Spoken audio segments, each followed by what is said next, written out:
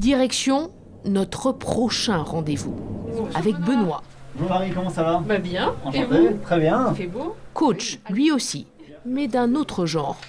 Ce Morbihanais a eu très jeune un coup de cœur pour l'Espagne. J'ai vécu à Séné jusqu'à l'âge de 18 ans.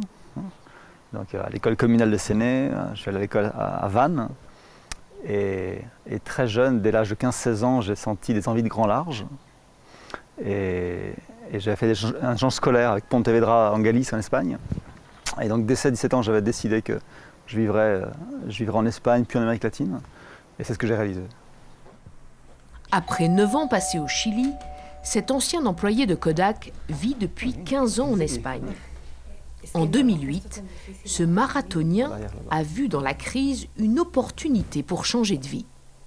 En fait, à l'âge de 38 ans, il m'arrivait une drôle d'histoire. Donc la crise économique a démarré vraiment le 15 septembre 2008 avec Lehman Brothers. En Espagne, elle était particulièrement virulente. L'automne 2008 a été dramatique d'un point de vue emploi.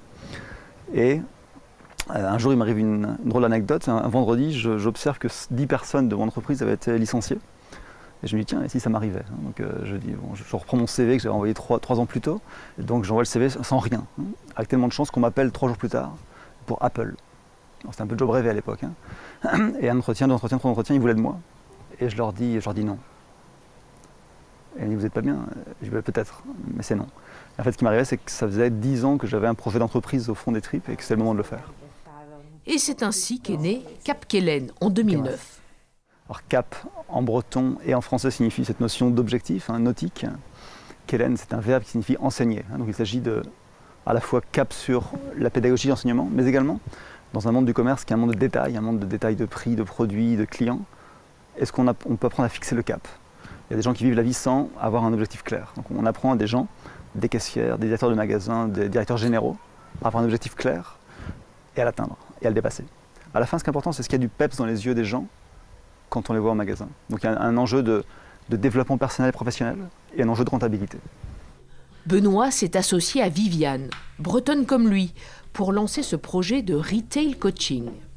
Nous, on travaille au niveau management, donc dans les chaînes de magasins, pour qu'ensuite les managers sachent bien coacher leurs équipes pour vraiment sortir le meilleur d'eux, aller à leur meilleur potentiel.